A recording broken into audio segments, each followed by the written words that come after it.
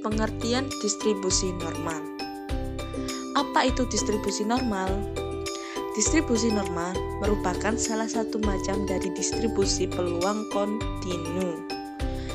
Setelah kita mempelajari penyajian data dari simpanan baku, penyajian data tersebut bisa dilanjutkan dengan menggunakan distribusi normal. Jika kita menggunakan distribusi normal, maka data dapat disajikan dalam bentuk membedakan, mencari hubungan, dan juga dapat meramalkannya. Umumnya dibuktikan oleh sebuah grafik simetris yang disebut kurva lonceng.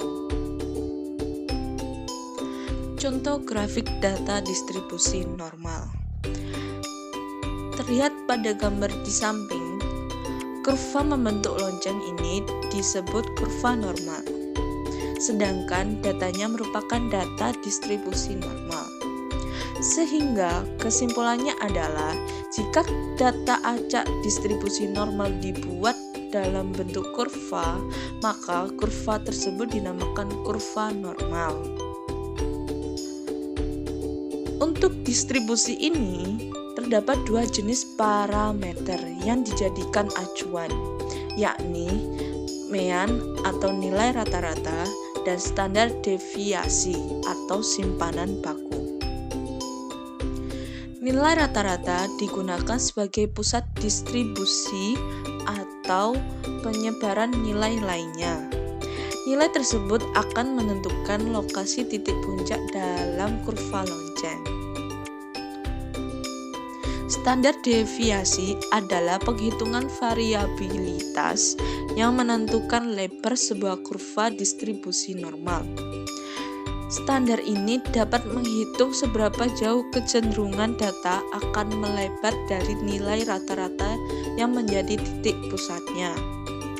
Semakin kecil nilai standar deviasi, maka kurva akan membentuk semakin runcing. Selain itu, standar deviasi juga menggambarkan jarak atau selisih umum antara mean dengan data yang akan diobservasi. Distribusi normal disebut juga sebagai distribusi Gaussian. Karena mengacu pada Gauss, seorang matematikawan asal Jerman yang mengembangkan teori distribusi normal. Teori distribusinya berisi fungsi eksponensial dua parameter pada periode 1794 sampai 1809. Meski demikian, teori yang menjadi cikal bakal fungsi distribusi tersebut sebenarnya sudah mulai dikembangkan oleh Abraham de Moivre pada tahun 1733. Distribusi normal merupakan distribusi probabilitas untuk variabel kontinu. Kurvanya disebut kurva normal, yang merupakan kurva simetris yang berbentuk lonceng yang memanjang tak terbatas ke arah positif dan negatif. Kurvanya seperti gambar berikut, di mana bentuknya seperti lonceng dan di tengah-tengahnya terdapat rata-rata yang sama dengan modus dan sama dengan median. Sehingga dapat dirumuskan sebagai berikut. Fx sama dengan 1 per sigma akar 2pi kali konstanta pangkat min 1 per 2 x min mu per sigma kuadrat dengan f. Dengan x merupakan nilai dari variabel acak, pi merupakan konstanta pi yaitu 22/7 atau 3,14, mu merupakan rata-rata, e merupakan konstanta bilangan Euler yaitu 2,178, dan sigma merupakan standar deviasi atau simpangan baku. Ciri-ciri distribusi normal. Yang pertama, grafiknya selalu berada di atas sumbu datar X. Yang kedua, bentuknya simetris terhadap X sama dengan mu. Yang ketiga, mempunyai satu modus. Kurva unimodal tercapai pada X sama dengan mu sebesar 0,3989 per sigma.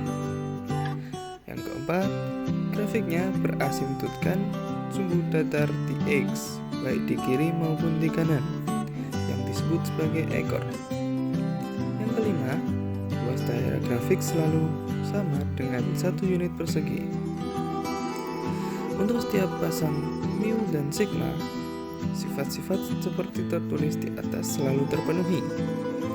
Hanya bentuk kurvanya saja yang berlainan.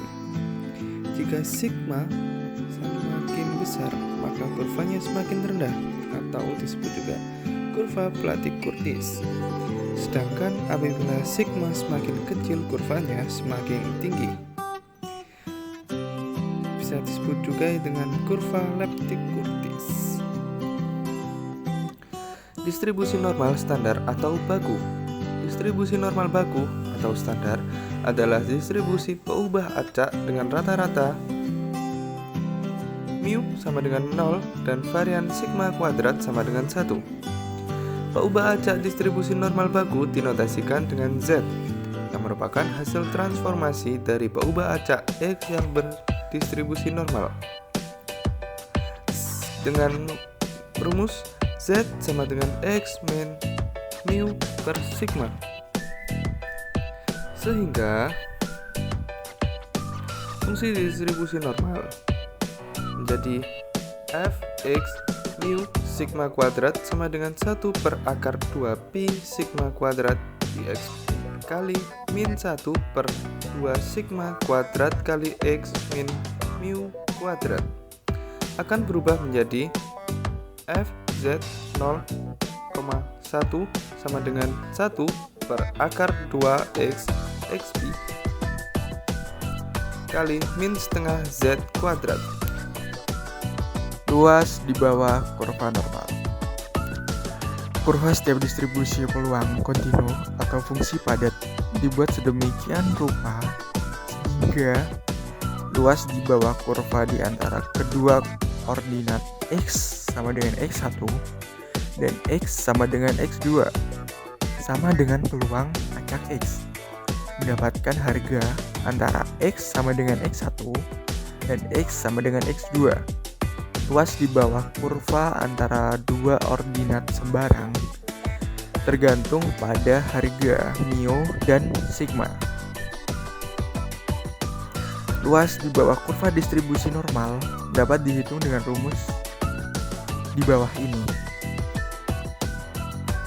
Dengan keterangan x sama dengan peubah acak kontinu, mu adalah rata-rata, sigma adalah standar deviasi, dan pi dengan angka hitungan 3,14 serta e sama dengan 2,71.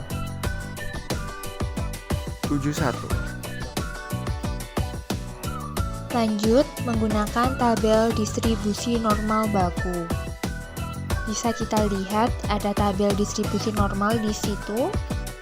Pada tabel di samping di sebelah kiri ada 0 sampai dengan 1,4 dan seterusnya hingga batas 3,00.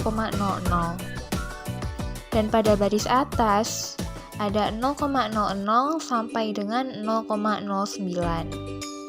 Misal Z itu 1,07. Maka pada kolom paling kiri kita cari angka 1,0 dan bergerak ke kanan cari angka 0,07. Pada baris paling atas sehingga kolom dan baris bertemu pada angka 0,3557 yang berarti 35,57%. Karena tabel di atas hanya memuat setengah dari seluruh luas kurva, maka luas seluruh pada Z berarti kurang lebih 1,07 adalah 2 dikali 35,57%, yang hasilnya bisa kita dapatkan 71,14%.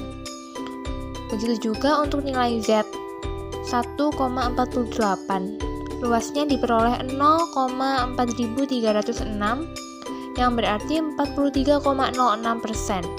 Jadi luas keseluruhannya 86,12%. Lanjut ke contoh soal. Yang pertama kita punya soal, dalam suatu ujian terdapat 300 siswa yang mengikuti ujian tersebut. Rata-rata dari hasil ujian yaitu 70, serta simpangan baku nilai ujian tersebut adalah 10. Jika data nilai hasil ujian siswa tersebut berdistribusi normal, Maka, berapa persen mahasiswa yang mendapat nilai A jika syarat untuk mendapatkan nilai A adalah lebih dari 85? Pembahasannya kita tulis dulu yang diketahui. Rata-rata hasil ujiannya 70. Lalu simpangan baku hasil ujiannya 10. Dan nilai A buat mendapatkan nilai A harus 85%, harus di atas 85%. Yang pertama akan ditentukan Z, X lebih besar dari 85. Z, X lebih besar dari 85 sama dengan 1 minus Z, X kurang dari 5.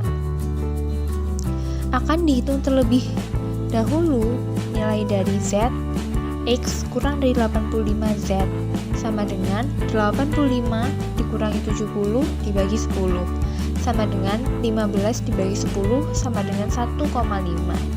Lalu kita cari nilai Z untuk 1,5 adalah 0,9332. Sehingga Z buka kurung X lebih besar dari 85 sama dengan 1 minus Z X, 85. Z X lebih besar dari 85 sama dengan 1 minus 0,9332. Z X lebih besar dari 85 sama dengan 0,0668. Lalu hasilnya dari Z, X lebih besar dari 85 sama dengan 6,68%. Nah, untuk contoh soal yang kedua, diketahui suatu distribusi normal dengan mu 50 dan sigma 10. Carilah probabilitas bahwa X mendapat nilai antara 45 dan 62. Pembahasannya, dicari nilai Z yang berpadaan dengan X1 sama dengan 45 dan X2 sama dengan 62 adalah Z1 sama dengan 45 dikurangi 50 per 10 sama dengan min 0,5. Z2 sama dengan 62 dikurangi 50 per 10 sama dengan 1,2. Nah, P kali 45 kurang dari X kurang dari 62 sama dengan P kali 0,5 kurang dari X kurang dari 1,2. Nah, gunakan tabel distribusi normal standar, maka diperoleh P kurang dari 45 kurang dari X kurang dari 62 sama dengan P kurang dari min 0,5 kurang dari Z kurang dari 1,2 sama dengan P kali Z kurang dari 1,2 dikurangi P kali Z kurang dari min 0,5 sama dengan 0,8849 dikurangi 0,3085 sama dengan 0,5764. Next, soal yang ketiga, diketahui data berdistribusi normal dengan min mu 55 dan deviasi standar 15. Jawabnya, P kali 55 kurang dari sama dengan X kurang dari 75 sama dengan P 0 kurang dari sama dengan 7 kurang dari sama dengan 75 dikurang 55 per 15 sama dengan P kali 0 kurang dari sama dengan 7 kurang dari sama dengan 20 per 15 sama dengan P kali 0 kurang dari sama dengan 7 kurang dari sama dengan 1,33 sama dengan 0,4082. Dan kurva bisa kita lihat di samping ini.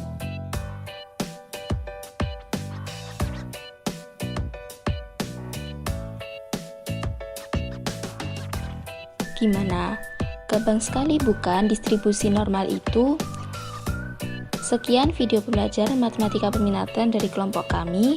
Kurang lebihnya kami mohon maaf. Terima kasih sudah menonton. Wassalamualaikum warahmatullahi wabarakatuh. Dadah.